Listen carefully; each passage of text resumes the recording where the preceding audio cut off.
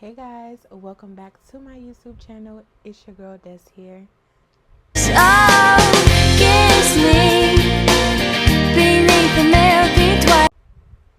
And as y'all could tell by the title, today we have a book haul.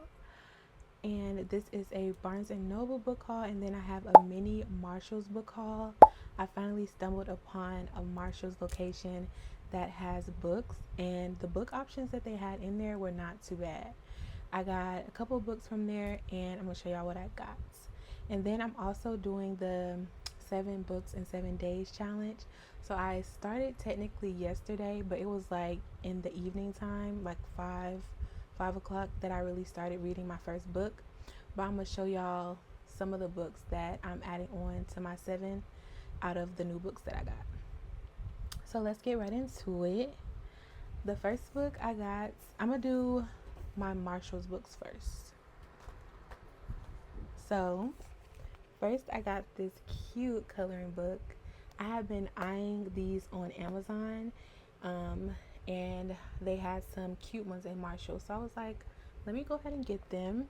And it's the Bold and Easy coloring book. I love big pictures to color. I don't be liking that small stuff. But this is so cute. I'm probably going to color something in here tonight. Like, look at that. I can't. But yeah, so this is one of the books that I got.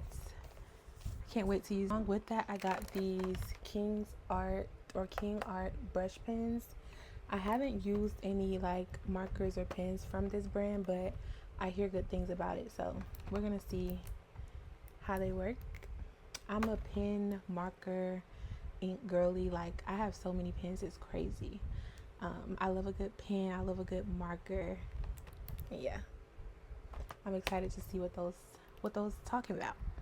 Okay, and then now for the actual books that I got from Marshall's. So I got That's Not My Name by Megan Lally.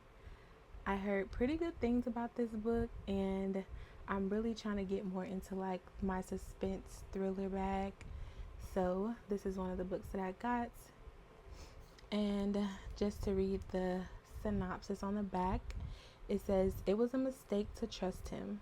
Shivering and bruised, a teen wakes up on the side of a dirt road with no memory of how she got there or who she is.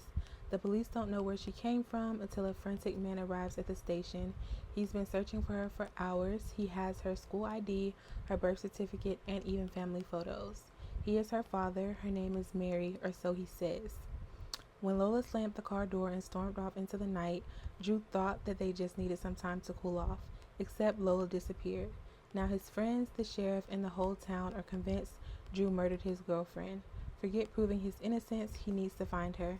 The longer Lola is missing, the fewer leads there are to follow, and the more danger they both are in. Okay. It sounds good. So this is going to be one of the 7 books. And then I just kept it in the Megan Lally genre and got What We Did to Survive is another book by her. And this one says, "The sunburn was the least of their worries.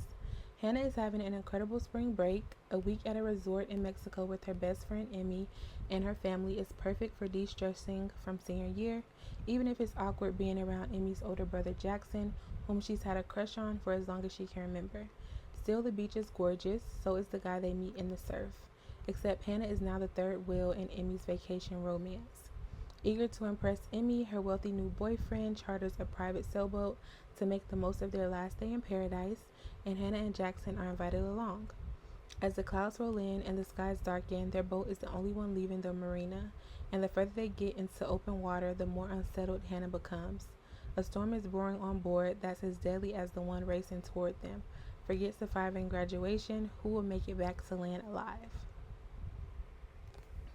Who's going to make it back alive? We shall see. And that's What We Did to Survive. So those are the 2 books that I got from Marshall's. They really are actually pretty cute covers. I like that. And then now let's get into the bulk of the video, the Barnes and Noble haul. Okay. So first up we have Cross My Heart, I Hope You Die by Mallory Arnold. And I seen this on Barnes and Noble, and what made me want to get it is because like in the description it mentioned like a take, or not really a take, but kind of similar to John Tucker Must Die, but the male character actually ends up dead. And I love John Tucker Must Die. It's one of my favorite movies, so that's what made me want to read this. It's supposed to be like a slasher book. And it has the sprayed edge. That's so cute. But this one says, one isolated cabin, one cheating boyfriend, one plan to get even. When Nora, Ruby, and Cham discover that they've each been dating the same man, what starts as outrage quickly spirals into a plot for revenge. Together they hatch a plan to lure their boyfriend to a romantic getaway in a secluded cabin at the top of a snow-covered mountain. Only what was meant to be harmless payback soon takes a chilling turn when their not-so-adoring boyfriend is found dead in the cabin. Stranded and snowed in, the women begin to look at one another with increasing suspicion, and as tensions rise, hidden motives come to light. To survive, each woman must confront her own demons as they fight to uncover if one of them is the killer or if something else lurks in the freezing wilderness waiting to pick them off one by one. I can't wait to get into this one. So that's one of the books that I got from Barnes & Noble. Another one is The Case of Elmwood Ranch by Deanna Gray. This has been like one of my most anticipated reads this year, and she finally released the book. Get into the cover. Like, I love her cover. She has some of the most cutest covers to me. I love like how her black female characters just look so cute. I love that. But this one says, let's read it. Elmwood Ranch is Octavia Daniels' dream, a safe place to land after years on the road. But once she signs the paperwork and receives the keys, the nightmare begins. Shadows move on their own, strange accidents become the norm, and injured ranch hands refuse to work a second longer. Octavia doesn't believe in ghosts, but she can't deny something's wrong with the land she sunk her entire savings into. Ray Jones is in the business of ending nightmares. She comes from a family of successful paranormal investigators, but she set herself apart from the Jones sisters by making their legacy into a commercial success. After years of enjoying said success, she's hit a wall. Whether it's burnout or a full-blown existential crisis, she doesn't know. One way to try to avoid a downward spiral: take every interesting job she can get. And that includes one from a very standoffish, non-believing horse rancher who thinks she's a scam artist and the things she hunts don't exist. Octavia and Ray must figure out how to work together if they have any hope of solving what's truly going on at Elmwood. As they build trust, they begin to build something more, something that could either help or harm their chances of making it out of this haunting alive. And that is The Case of Elmwood Ranch by Deanna Gray. So that's book 2 that I got from Barnes & Noble. This one is another anticipated read that I've had for this year, and that is Die For Me by Shirlene Obibi. I know I pronounced that wrong, but yeah. And I've seen a lot of like promo for this one on Instagram, and like I think I follow her on my Bookstagram as well, so I was super excited to get this one. And just by like the cover alone, like,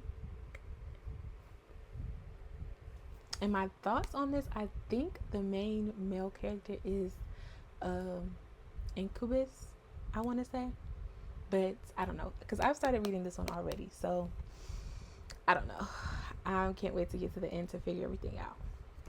But it says, Sean's not in the market for love. The only female, let alone black, interventional cardiologist at her hospital, she's watched too many of her male colleagues divorce their first wives to marry younger models.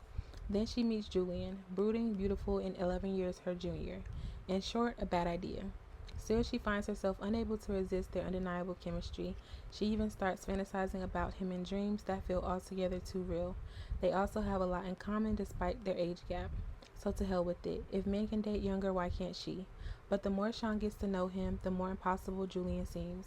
He has a depth to him that's beyond his years, and sometimes there's a look in his eyes that's less than human and leaves her feeling more like prey.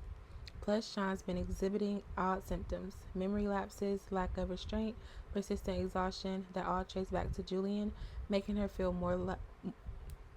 making her feel more than a little afraid. Who or what is she falling irrevocably in love with? And y'all, like I said, I already started reading this one. I'm like a little bit less than halfway through, and it's really good. I can't put it down. So that's book 3 that we got. This next one is a thickum. Joliet by Ray Lees. I love this pink cover. Like, it's given. I got my clothes from the cleaners, body swinging like a queen. You know everything pink. Yeah. And then it's also like a boxing. It has like the boxing trope or theme in there, and I love a good boxing included in the book. So let's see what it's about. Lovie Sinclair is on the run. After narrowly escaping a volatile relationship, the former NFL wag is a shell of herself. Her once glamorous life feels like a bad dream. Emotionally numb, broke, and desperate to disappear, she returns home to heal. But something about home feels different. She just can't put her finger on what's changed. Then she meets Rich Lovelace. Insular and intimidating, Rich is the embodiment of danger. He doesn't know how to run from anything or anyone. Born into a family of rugged street fighters, he confronts all of his problems head on. Well, all except for one. When Rich catches Lovey in a compromising position, the two clash in an intense encounter. Afterwards, everything about Rich that should scare Lovey piques her curiosity, while everything Rich likes about Lovey keeps him holding her at arm's length. Eventually, they find themselves tangled in a fiery, forbidden friendship that snowballs into a passionate love affair. Together, they're pulled into a dangerous web of lust, secrets, and extortion that threatens to shatter Levy's fragile healing journey and force Rich to confront the one problem he can't fight. But when desire collides with danger, someone always pays a price. And that's Joliet by Ray Lees. I think I have a trip coming up in September, and I think this is going to be my trip read. It's like a road trip, so that's what I'm thinking about this one, because it's really thick. So that's book 4. My 2 pinky nails came off, so we about to put those back on real quick. I'm gonna take a brief intermission. Okay,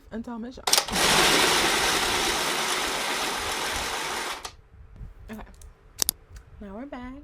Get into the nails, y'all. Page turners are looking real cute. Next, we got a series, but I got 2 of the books. And that is my girl Maggie Gray, At the Secret World of Maggie Gray by Granger. So I have already read this book, and I had to get the physical copy. I read it on my Kindle, and I just needed to have this physical copy in my hands. I'm super excited to actually have these books. So I got this one, and then I also got the second book, which is The First Family by Granger as well. And these covers are too cute. So I can't wait to jump back into that world. So I got both of these. Glad to have these on my shelf. I feel like this Barnes & Noble book haul has been one of the best ones. I got 7 books, and it was like $140, I want to say, for the final total. And then lastly, we have The Red Letter by Daniel G. Miller. And let's see, it says, a dead body, a mysterious red letter. Hazel has everything she wants. Business is booming at her boutique private investigation firm. She's dating the man of her dreams. Even her perpetually skeptical mother seems impressed. Then the NYPD finds a beloved neighborhood priest dead along with a mysterious red letter.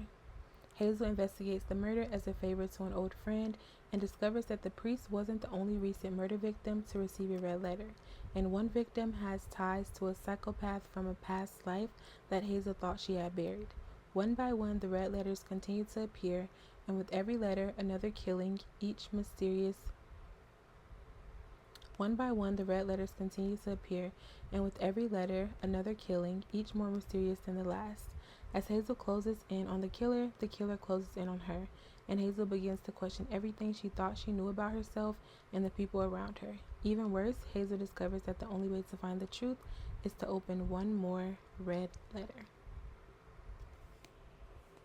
So I can't wait to read this one. And this actually was a part of a series, I guess. The first book is The Orphanage at the Lake, but I didn't know that when I purchased it on Barnes and Noble. So of course I have to go back and read the first book, but I don't know if they're like interconnected or like standalones, but we'll see. So that is my B&N book haul. These are some good titles, y'all, and I'm super excited to read all of them. Okay, so now I'm going to show y'all the books out of the ones that I just bought that I'm going to use in my 7 books in 7 days challenge. So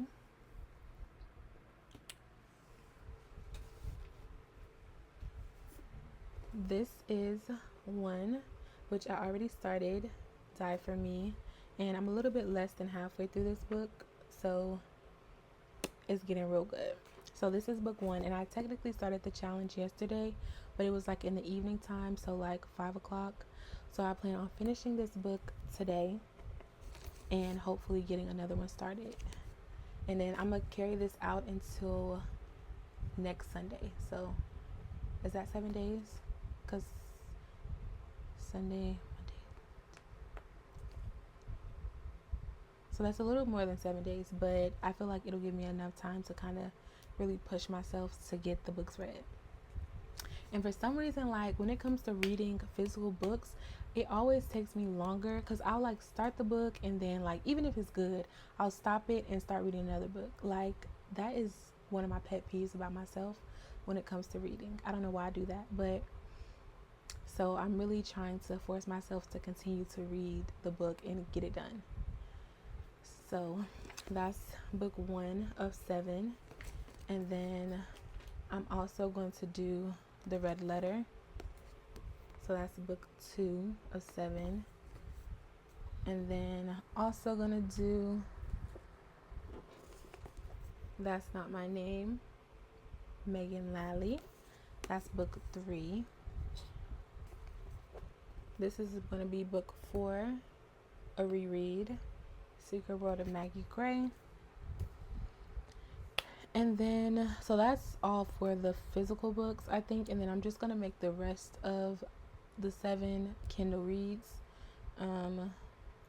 which that'll be 3 books. I don't know which 3 out of Kindle I'm going to be reading, but it'll be something off Kindle. So I'll do 4 physical books and then 3 Kindle reads, and probably make like 2 of them novellas so I can speed through those. But yeah, that is the 4 physical books that I'll be reading out of the ones that I just bought. So excited about that. And yeah, so it's the 7 books in 7 days. So I started my first book yesterday. I'm almost kind of finished, a little bit less than halfway. So I plan on finishing that tonight and then getting another book started. And I'm going to carry this out to Sunday of next week, which gives me a little bit more time. And yeah, I'm super excited to challenge myself to get these books read. Even though I read all the time, but it's fun to do challenges sometimes, you know? And yeah, that's really all I got for y'all today. My Barnes & Noble book haul and my mini Marshalls book haul. So if y'all are in like a pretty decent area, check out your local Marshalls, Ross, TJ Maxx to see what kind of books they have, because they're trying to make that a thing now, and I'm here for it. So yeah, that'll be all for this video. Thank y'all for tuning in. If y'all haven't already, make sure y'all hit that subscribe button and leave a comment. Let me know what books y'all are reading, if y'all are participating in the 7 books in 7 days challenge. And yeah, I'll see y'all in the next one. It's your girl Des, and thank y'all for tuning in. Bye. I know you think that you